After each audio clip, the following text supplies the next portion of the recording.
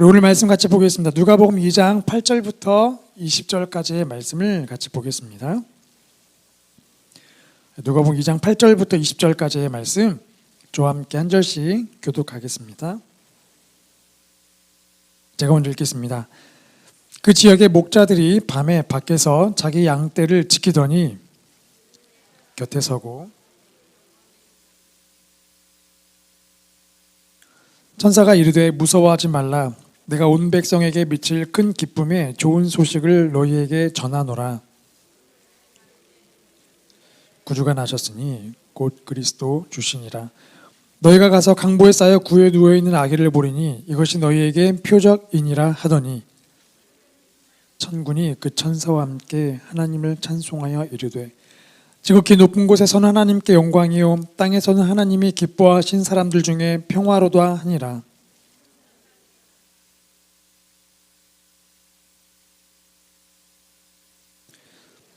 이루어진 일을 보자 하고 빨리 가서 마리아와 요셉과 구유에 누인 아기를 찾아서 천사가 자기들에게 이 아기에 대하여 말한 것을 전하니 듣는 자가 다 목자들이 그들에게 말한 것들을 놀랍게 여기되 이 모든 말을 마음에 새기어 생각하니라. 함께 읽겠습니다. 목자들은 자기들에게 이르던 바와 같이 듣고 본 그 모든 것으로 인하여 하나님께 영광을 돌리고 찬송하며 돌아가니라. 아멘. 네, 오늘 마지막 여성 예배 가운데 하나님께서 주시는 말씀, 오늘 소외감에서 소중함이라는 제목으로 말씀을 나누려고 합니다. 지난주에 우리 성탄축제를 하고 나서 또 우리 자매님 주신 선물과 또 그 성금을 새로움의 집에 잘 전달하고 왔습니다. 코로나 이전에 우리 여성사역팀에서도 몇 번 이렇게 방문도 하고 같이 식사도 하고 봉사도 하셨다고 하시더라고요. 코로나 이후에 이제 코로나가 온 다음부터 새로움의 집에 방문하는 사람들의 손길이 많이 끊겼죠. 저희가 올해도 저희 고등부에서도 이렇게 라면 뭐 치킨 이거 준비해가지고 갔는데 원장님께서 정말 눈에 띄게 찾아오는 사람의 손길이 끊겼다. 눈에 띄게 후원금도 끊겼다. 그때 말씀하셨거든요. 그리고 이제 저희가 지난주에도 간 건데 이렇게 원장님하고 잠깐 이야기를 들으면서 또 원장님이 막 이런저런 얘기를 해주시는데 그 원장님의 그 눈망울 있잖아요. 눈망울. 저희가 돌아오면서 이야기를 나눴는데 정말 사람이 그리우신가 보다. 그 전에 이렇게 사람들이 와서 같이 어울리고 함께 식사하고 또 와서 이렇게 봉사해 주시고 했던 그 북적거림들이 많이 없어졌기 때문에 정말 사람들이 그리우신가 보다. 그래서 그 돌아오는 차에서 그 이야기를 나눴는데 정말 그 눈망울이 그 눈빛이 계속 이렇게 아른거리더라고요.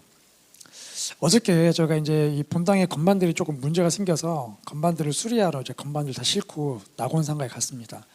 건반을 맡기고 또 이제 주변에서 식사를 하고 차로 이렇게 돌아오는데 길을 건너려고 사거리에 이렇게 서 있는데 그 사거리에 보면 종로에 가 보면 그 교차로에 이렇게 보통 정원이 있잖아요. 이렇게 풀도 꽃도 심겨져 있고, 근데 거기에 이제 나무들이 심겨져 있는데 소나무가 심겨져 있는데 그 교차로마다 소나무가 심겨진 그 아래에 홈리스 분들 집들이 있는 거예요.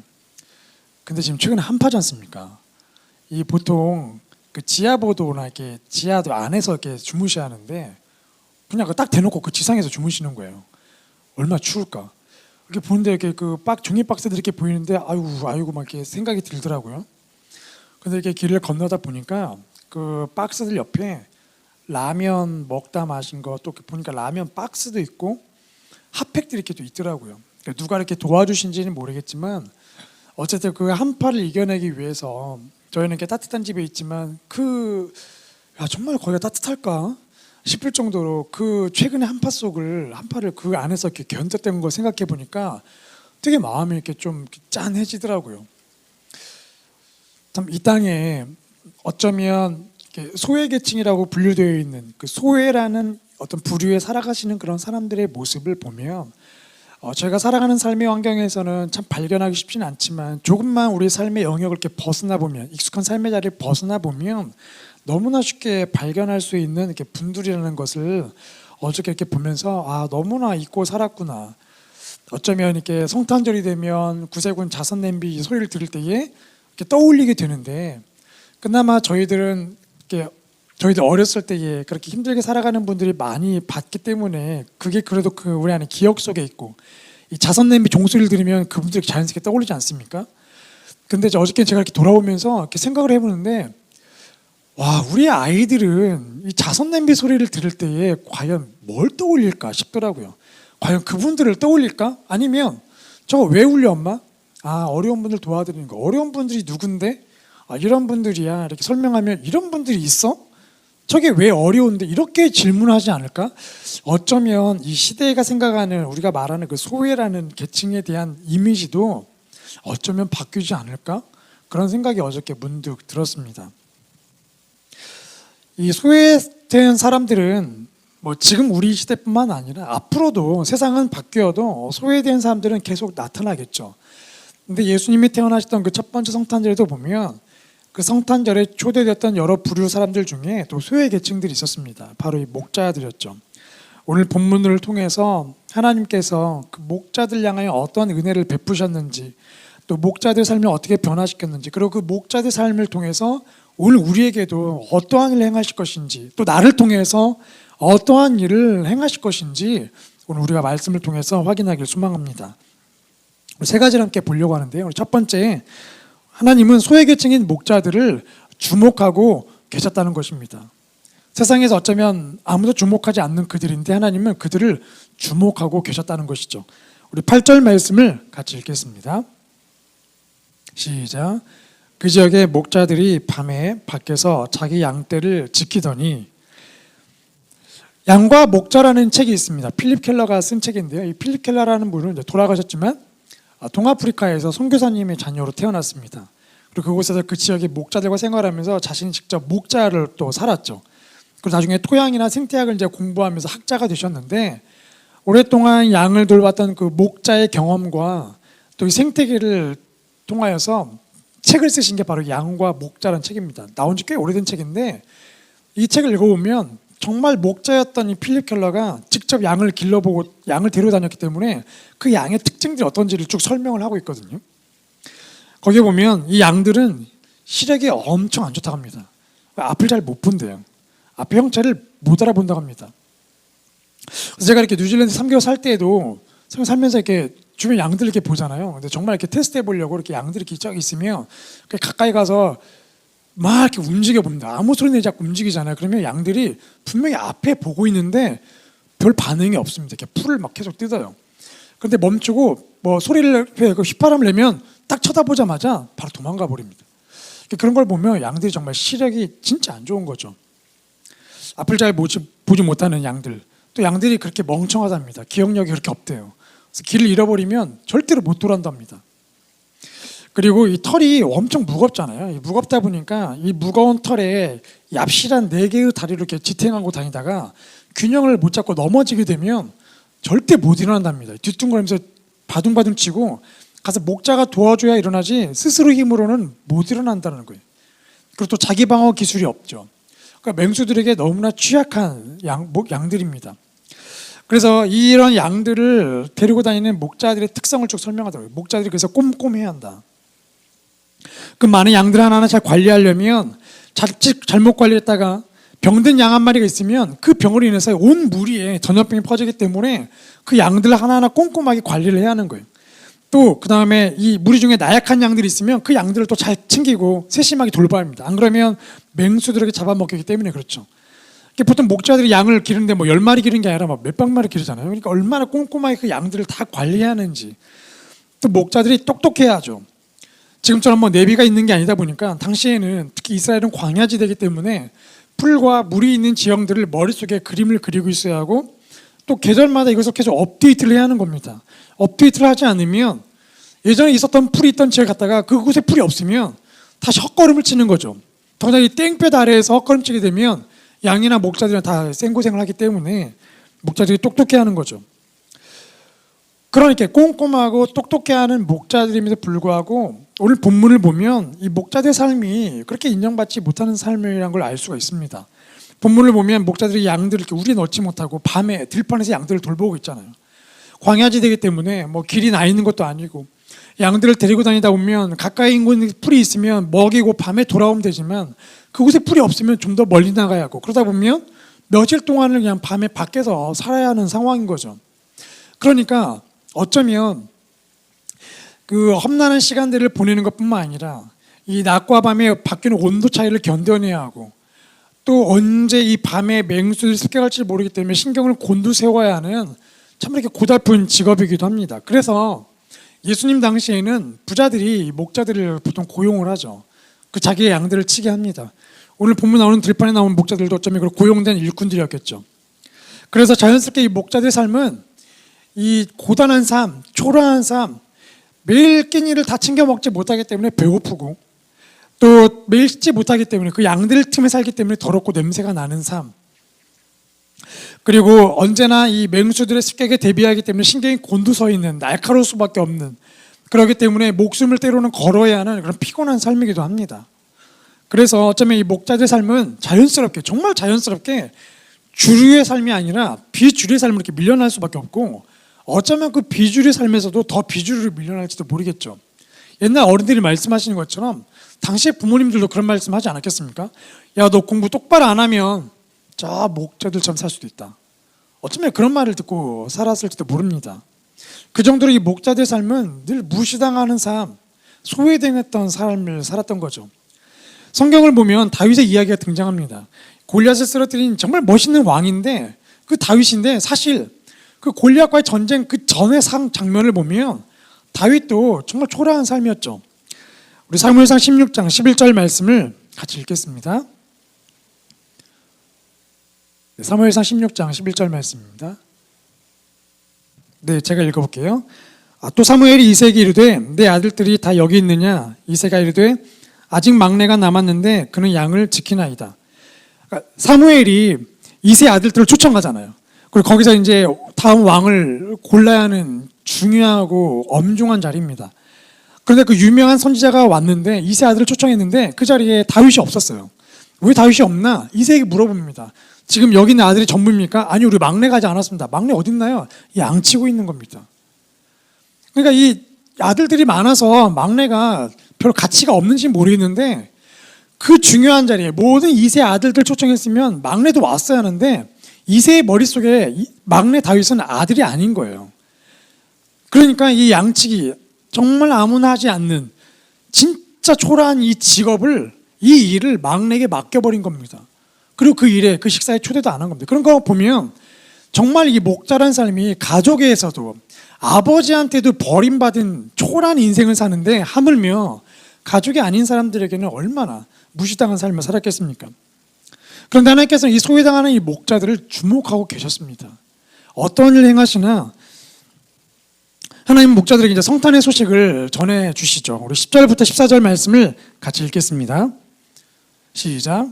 천사가 이르되 무서워하지 말라. 보라, 내가 온 백성에게 미칠 큰 기쁨의 좋은 소식을 너희에게 전하노라.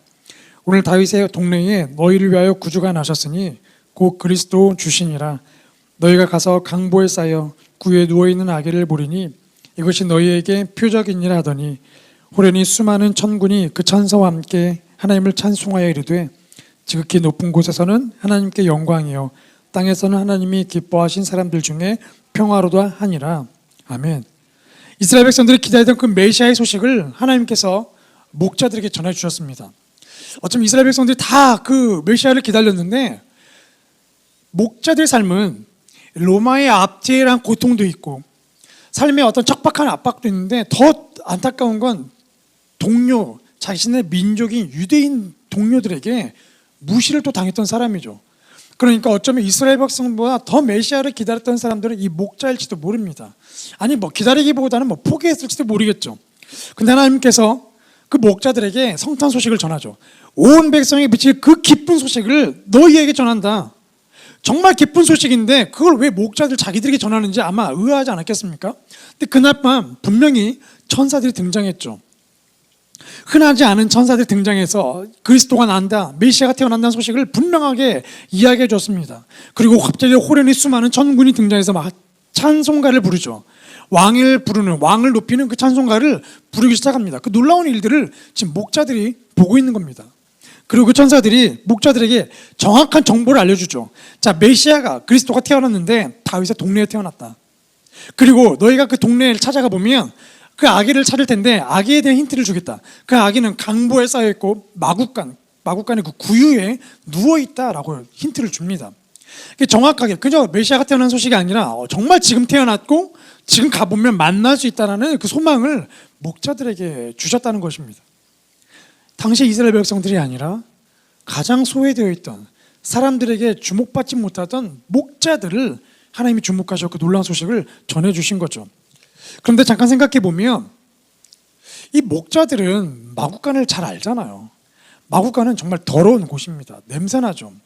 지금 생각하면 위생 상태가 아주 안 좋은 곳입니다. 절대로 아기가 태어나면 안 되는 곳, 산모가 있어서는 안 되는 곳이 마구간이잖아요. 그런데 지금 천사의 말을 들어볼 때에 메시아가 그리스도가 태어나는데 베들레헴에서 태어난다? 물론 그것은 다윗의 동네이긴 합니다. 그런데 지금 베들레헴 근처에서 양을 치고 있잖아요. 베들레헴이라는 동네를 잘 알고 있잖아요. 조그만 동네입니다. 그러면 이 왕이면 그리스도면 뭔가 멋있는 예루살렘까지는 아니더라도 그래도 어떤 좀 큰 인지도가 있는 곳에 태어나셔야 하는데 시골촌에서 태어난다? 생각해보면 조금 이상하죠. 물론 목자들이기 때문에 어쩌면 이 구약의 율법을 얼마나 그들이 알았겠습니까? 미가서를 그들이 무슨 공부를 했겠습니까? 잘 모르죠. 그러니까 천사의 말만 듣고 있는데 이성적으로 생각해보면 좀 납득이 안 가는 이야기입니다. 그리고 거기다가 아기가 태어났는데 메시아인데 그 메시아가 그 더러운 마구간에서 태어난다고? 우리같이 이런 천한 사람들이 생활하는 공간에 메시아가 태어난다고? 이게 납득이 되지 않는 생각들, 사실들이죠.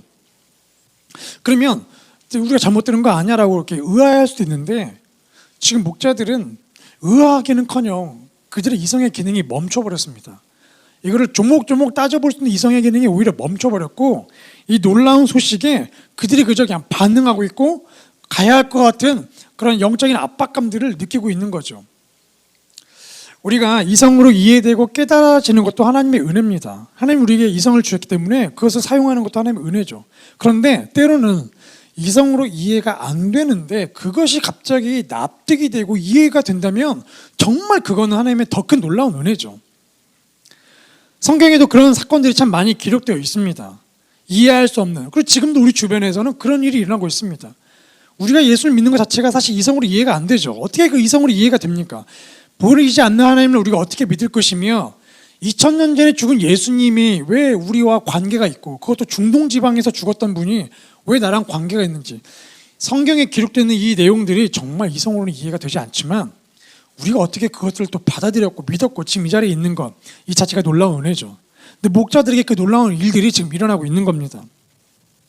결국은 하나님의 일을 경험할 때, 그 놀라운 일을 경험할 때 우리의 이성이 멈추게 되고 오히려 우리의 이성이 그 하나님의 계시를 따라가는 일들이 일어나게 되죠. 오히려 이성이 그것을 받아들이고 그것을 납득하기 시작하는 이 놀라운 일들이 목자들에게 일어나고 있다는 사실입니다. 결국은 성탄 소식을 들은 목자들이 어떻게 바뀌나 우리 16절부터 19절 말씀을 같이 읽겠습니다. 시작. 빨리 가서 마리아와 요셉과 구유에 누인 아기들을 찾아서 보고 천사가 자기들에게 이 아기에 대하여 말한 것을 전하니 듣는 자가 다 목자들이 그들에게 말한 것들을 놀랍게 여기되 마리아는 이 모든 말을 마음에 새기어 생각하니라. 아멘.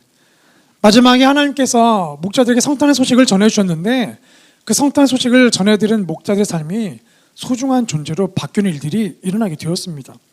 본문을 보면 천사가 준 힌트를 통해서 드디어 이 베들레헴에 가 있고 마구간들을 막 뒤졌겠죠. 뒤지다가 드디어 그 마구간을 발견했습니다. 천사가 준 힌트는 두 가지죠. 베들레헴이다. 그리고 마구간에 그 아기가 있는데 구유에 누워 있다. 마구간은 막 들어가 봤겠죠. 그러다 결국은 어떤 마구간에 도착했고 그 마구간에 들어가 봤는데 정말로 그곳에 한 부부가 있고 한 아기가 구유에 누워 있는 정말 이성적으로 이해가 안 되는 일이 정말 눈앞에 펼쳐져 있는 것을 발견했을 때에 그 목자들의 마음이 얼마나 놀랐을까요? 그리고 정말로 야 진짜구나, 야 진짜네, 진짜 저기 아기가 있네, 진짜 그리스도구나. 천사가 준 힌트만을 갖고 그리스도는 확신을 갖고 다가갔습니다. 그리고 자신들이 들었던 그 정보, 이 아기가 어떠한 일을 하게 될지 그 정보를 요셉과 마리아에게 전해줬죠. 근데 성경 본문을 보니까 듣는 자가 거기 누가 있었겠습니까? 요셉과 마리아밖에 없었겠죠. 요셉과 마리아가 목자들이 하는 말을 듣고 놀랍게 여기되라고 기록되어 있습니다. 놀랍게 여기되. 왜 놀랍게 여겼을까요? 분명히 요셉과 마리아는 이 아기가 메시아라는 것을 자기들만 알고 있는 줄 알았을 겁니다. 왜냐하면 천사가 자기들에게 나타났으니까. 그리고 이 얘기를 함부로 하면 안 되잖아요. 자기 아내가 처녀인 상태에서 임신했는데 그 이야기를 누구한테 합니까? 하기도 어려운 이야기죠. 어쩌면 자기들만 알고 있는 걸로 알고 있었는데 목자들이 갑자기 와가지고, 그것도 목자들입니다. 당시에 소외된 초라한 무시당하는 사람들이 갑자기 와가지고 우리가 천사를 만났는데 이 이야기가 그리스도래요, 메시아래요. 이 이야기를 들었을 때에 요셉과 마리아 안에 어떠한 마음이 들었을까요? 자기들만 알고 있었던 이 놀라운 사실이 진짜였구나. 이 이야기가 진짜였구나. 그래서 마리아가 이 모든 말을 마음에 새겼다고 기록하고 있습니다. 정말로 진짜구나 확신하게 되었죠. 목자들의 그 말을 통해서, 어쩌면 그 목자들이 하는 말을 누가 믿겠습니까? 그 초라하고 못 배운 사람들이 하는 말을 누가 믿겠어요? 그런데 요셉과 마리아가 그 놀라운 말을 듣고 마음에 새길 정도로 이 목자들의 삶이 소외당한 삶에서 소중한 존재로 바뀐 겁니다. 그 놀라운 소식을 전하는 소중한 존재로 바뀐 거예요. 목자들의 삶이 이 본문의 사건을 통해서 소외된 삶에서 소중한 사람으로 바뀌는 인생, 사람들에게 무시를 당하고 어쩌면 자기들의 말을 잘 믿어주지 않았을 텐데 자기들이 이 전한 메시지를 전했을 때 요셉과 마리아가 놀라워하면서 기뻐하면서 그런 반응을 볼 때에 그들 안에 정말 내가 이런 놀라운 일을 했구나, 야, 이 사람들이 우리의 말을 믿어주네, 진짜 메시아구나. 그들의 그동안 어떤 당했던 억울했던 초라했던 삶의 모든 것들이 막 스쳐 지나가면서 그들의 인생이 바뀌는 것을 그들이 경험하지 않았겠습니까? 청소년들이 부모님과 갈등을 많이 겪잖아요. 부모님들이 자기들의 말을 믿어주지 않습니다. 아무도 믿어주지 않아요. 그런데 그런 친구들이 삶에 희망을 발견하는 때가 있는데 바로 누군가가 자기들의 말을 믿어줄 때예요. 그래서 이렇게 너무 부모님 관계가 깨지고 힘들면 보통 뭐 상담실을 보내잖아요. 그럼 상담실을 찾아온 청소년들이 자기들 이야기를 쭉 합니다. 그러면 이렇게 상담하시는 분들이 아이고 그래서 힘들었겠구나, 그 한마디에 청소년들 마음이 막 녹죠. 누군가가 자기들의 말을 들어줄 때에 너 정말 힘들었겠구나, 그 말 한마디에 녹죠. 왜냐하면 그동안 아무도 자기 말을 믿어주지 않았는데 나를 믿어주는 사람이 드디어 등장한 겁니다. 그거 사실 하나만으로도 자살하려고 했던 그 마음을 접게 되는 거죠. 이 목자들의 삶을 생각해 보면 이 놀라운 일이 될 수밖에 없습니다. 더군다나 이 성경에서 그들은 몰랐지만 우리는 익히 알고 있는 것처럼 성경을 보면 성탄의 소식을 전한 첫 번째 존재가 바로 이 목자들이었습니다. 그 소식을 전한 사람이 목자들. 정말 성경에서 보면 그들은 정말 소중한 존재가 될 수밖에 없죠. 하나님께서 목자들의 삶을 주목할 때에 소외당하는 사람들은 소중한 존재로 바뀌는 일들이 일어난다는 것입니다. 또 한 가지 이 목자들 삶을 보면 20절 말씀에 이렇게 기록되어 있죠. 함께 20절 말씀을 같이 읽겠습니다. 시작. 목자들은 자기들에게 이르던 바 같이 듣고 본 그 모든 것을 인하여 하나님께 영광을 돌리고 찬송하며 돌아가니라. 이 목자 삶을 보면 그들 삶은 매일매일이 피곤한 삶이에요. 매일매일 힘든 삶입니다. 소망이 뭐가 있겠습니까? 그런데 본문을 보니까 그들이 듣고 본 모든 것을 인해서 하나님께 영광을 돌리고 찬송하며 갔대요. 여기 나오는 이 찬송의 단어가 고요한 밤 이러는 게 아닙니다. 기쁘다 구주오셔, 이런 찬양을 의미합니다. 그러니까 목자 삶이 기쁨의 삶으로 바뀐 겁니다. 너무나 기뻐하며 돌아가게 되는 거예요. 하나님을 만났다는 그 자체가 너무나 기쁜 겁니다. 예전에 청소년 연합 집회를 이렇게 했었는데 그 집회를 하게 되면 전국에서 오니까 저희가 했던 것 중에 하나가 이제 그 청소년들에게서 담배를 걷는 거예요. 왜냐면 이게 화장실에서 몰래 담배를 피거든요. 그 담배를 걷습니다. 물론 뭐 양심이 없는 애들은 안 내죠. 근데 양심 있는 애들은 이렇게 담배를 냅니다. 그러면 이렇게 담배를 받고 그 담배 이렇게 포스트 적어요. 어디 교회 누구 이렇게 이름을 적어놓습니다. 집회 끝나면 찾아가 이렇게 말하죠. 근데 제가 또 기억하고 있는 한 청소년이 있습니다. 그 친구 분명히 담배를 냈거든요. 담배를 내고 이제 집회를 끝나서 2박 3일 집회 끝나고 이제 돌아가는데 저 이제 본부 사무실로 와서 담배를 찾아가는 거예요. 그래서 담배 주세요. 그래서 보니까 이제 담배 중에 자기 걸 금방 찾아내더라고요. 자, 여기다 담배를 줬습니다. 근데 걔가 놀라운 사실은 그 담배를 들고 나가면서 이렇게 손을 들고 오직 예수 주님만이 나의 참된 뭐 이런 찬양을 부르며 나가는 겁니다. 어처구니가 없죠. 어떻게 그 담배값을 들면서 이 담배를 쓰레기통에 버린 것도 아니에요. 그냥 담배 들고 오직 예수 주님만이 나의 삶의 이유 그럼 찬양하면서 이렇게 뛰면서 이렇게 가고 있는 거죠. 보면서 너무 웃겨가지고 참, 주님 진짜 웃긴다, 웃겨. 찬양을 전혀 부르지 않았던 아이가 그 집회 가운데에 하나님을 만났는지 그 찬양이 입술이 그냥 고여있고 가사가 고여있고 그 가사가 그냥 튀어나온 겁니다. 담배를 찾아서 깊어서 불렀는지 모르겠지만 그 학생의 삶을 생각해보면 담배를 낼 때 그 우중충한 모습, 선생님께 끌려와가지고 정말 지옥 같은 데 끌려왔다는 그 표정, 돌아갈 때는 너무나 기뻐하며 돌아가는 그 모습, 너무나 상반된 모습입니다. 그러니까 목자들 삶이 하나님을 찬양하며 기뻐하며 돌아가는 그 모습, 막 콧노래를 부르면서 돌아가는 그 모습, 야 얼마나 기뻤을까. 만약에 이것을 영화로 만든다면 어떻게 표현해낼 수 있을까? 그 목자들이 정말 돌아가고 싶었을까? 막 그곳에 계속 있고 싶지 않았을까? 막 저희 같으면 기념사진 찍고 인증사진 찍고 SNS 올리고 계속 어딘가에 막 말하고 싶지 않았을까? 입이 얼마나 근질근질했을까? 그렇게 기뻐하며 돌아간 그 목자들 삶을 하나님께서 그대로 사진을 찍어서 본문에 기록하신 거죠. 그 모든 것, 듣고 본 그 모든 것, 들었던 모든 것이 정확히 이루어진 것을, 진짜란 것을 본 그들이 하나님께 영광을 돌리고 찬송하며 돌아가니라. 하나님께서 주목하시는 인생은 이렇게 삶이 바뀔 수밖에 없습니다. 우리가 사랑하는 사람을 만나면 삶이 바뀌지 않습니까? 뭐 오래전의 일이어서 다 까먹으셨을 수 있지만 사랑하는 사람을 처음 만났을 때 이 하루가 다르죠. 아침을 시작하는 게 다릅니다. 우리의 마음가짐이 달라지죠.